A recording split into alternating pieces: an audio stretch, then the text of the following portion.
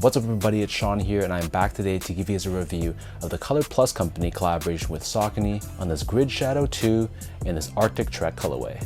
So this is the third and final colorway of this collaboration between Color Plus Company and Saucony, releasing 3 pairs of the Grid Shadow 2 in the past few months. First we had the Beach Ramble colorway, and then there was the Forest Wander, and now this one, the Arctic Trek colorway. So all 3 colorways, each one is inspired by a unique landscape or terrain on Earth. So the first colorway was inspired by the beach, the second one inspired by the forest, and then this one has much more of a cooler feel, inspired by the Arctic terrain.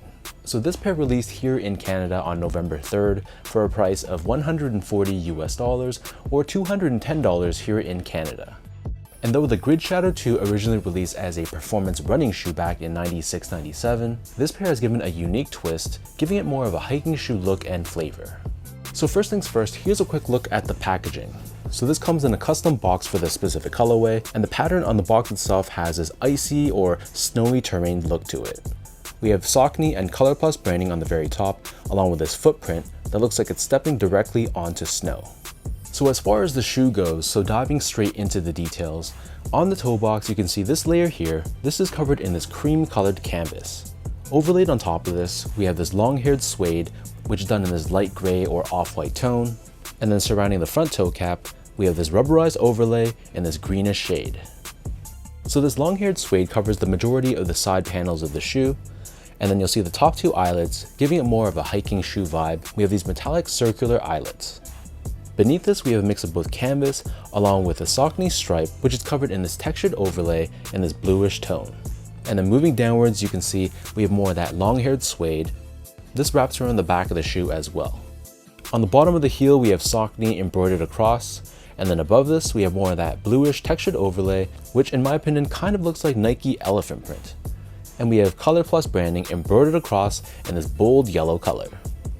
As far as the laces go, so these come with 3 different lace options. The standard or default lace that they come with is a flat style lace done in this cream color, but they also come with a flat style lace in blue, along with a rope style lace as well, if you want to give this shoe more of that trail or hiking shoe vibe.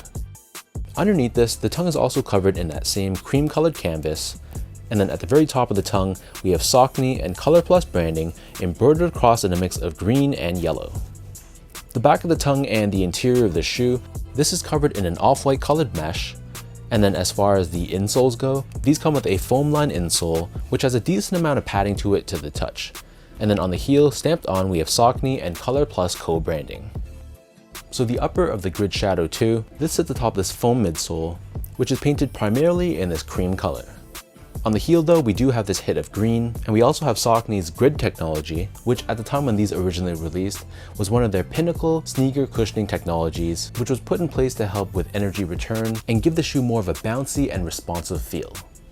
And then on the bottom of the sneaker, so this outsole is constructed out of a dark green and black colored rubber. We have this triangular shaped traction pattern on the forefoot, along with this diamond shaped plug which is visible on the heel.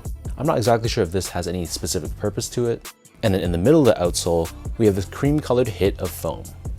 So that breaks down the look and the construction of this pair. And in terms of sizing, so my foot measures as a true size 10, slightly on the wider side.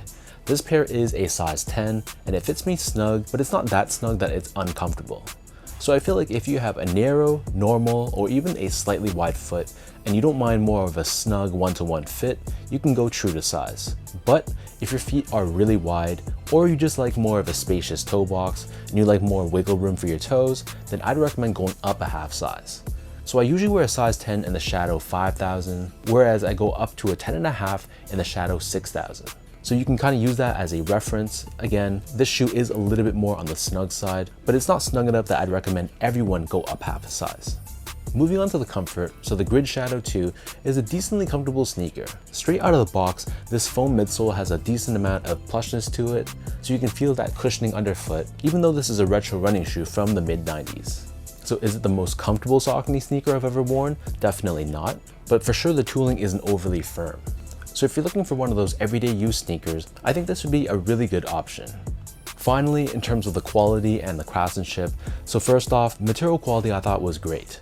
Just like the Beach Ramble colorway that I reviewed earlier, the materials on this pair were really solid. The suedes had this really nice long-haired finish to it, which matches the feel of Arctic terrain, and other aspects like the canvas, the rubber toe overlay. Everything really felt more elevated, which makes sense considering the price point for the shoe is a little bit higher, so it's good to see that they gave us materials that kind of reflected that price increase.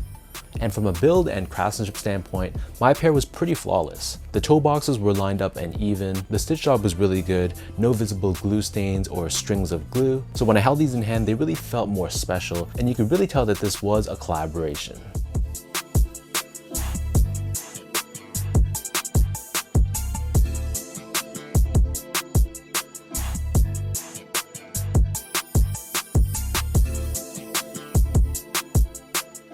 So with all that out of the way now, let's toss these on feet. I'll lace them up and I'll show you guys how these look.